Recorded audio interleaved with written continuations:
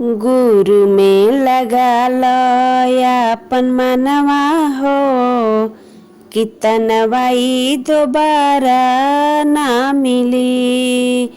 गुरु में लगा लो अपन तन मनवा हो, कितनवाई दोबारा ना मिली। माया में फंसल बा जहानवा हो, कितनवाई दोबारा ना मिली। गुरु में लगा लो अपन मनवा हो, कितनवाई दोबारा ना मिली। लेके जन्मवा खाली चोला बदलबा, लेके जन्मवा खाली चोला बदलबा। 84 जोनी के तुहू चक्कर लगइबा, शिव गुरु के धइल ध्यानवा हो, कितनवाई दोबारा ना मिली। सबको के लागल बाटे माया के बीमारी, कितनो कमाल पैसा महल अटारी।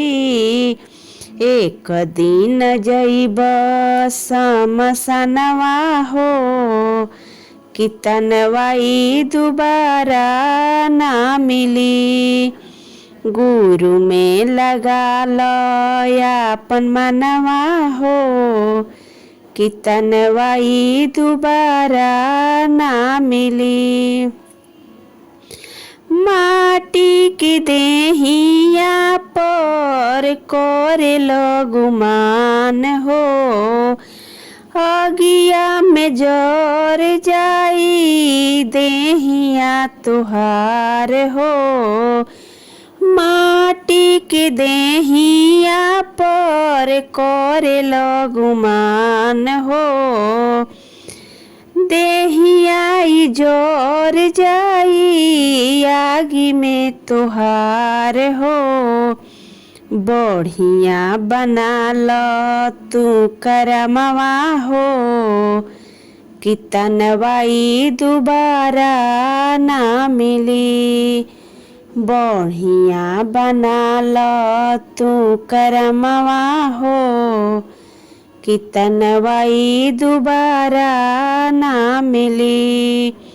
गुरु में लगा लो अपन मनवा हो, कितनवाई दोबारा ना मिली। अगर मेरा गीत पसंद आए तो लाइक, सब्सक्राइब, शेयर और कमेंट ज़रूर कीजिएगा।